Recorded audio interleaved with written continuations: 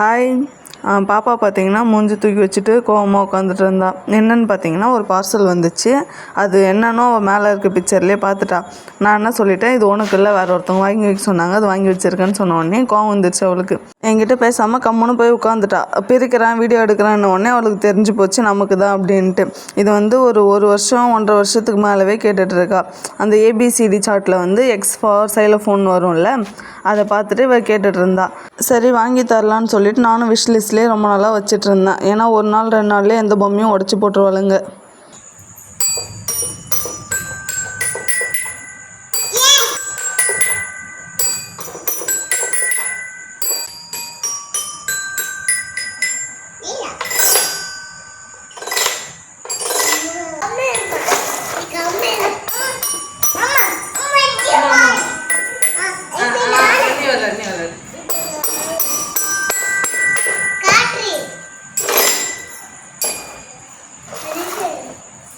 இந்த சைலோஃபோன்லேயே நான் வாங்கினது எப்படின்னு பார்த்தீங்கன்னா, கீழே கீ டைப் வர மாதிரி, மேலே வந்து அந்த ஸ்டிக் வச்சு அடிக்கிற மாதிரி.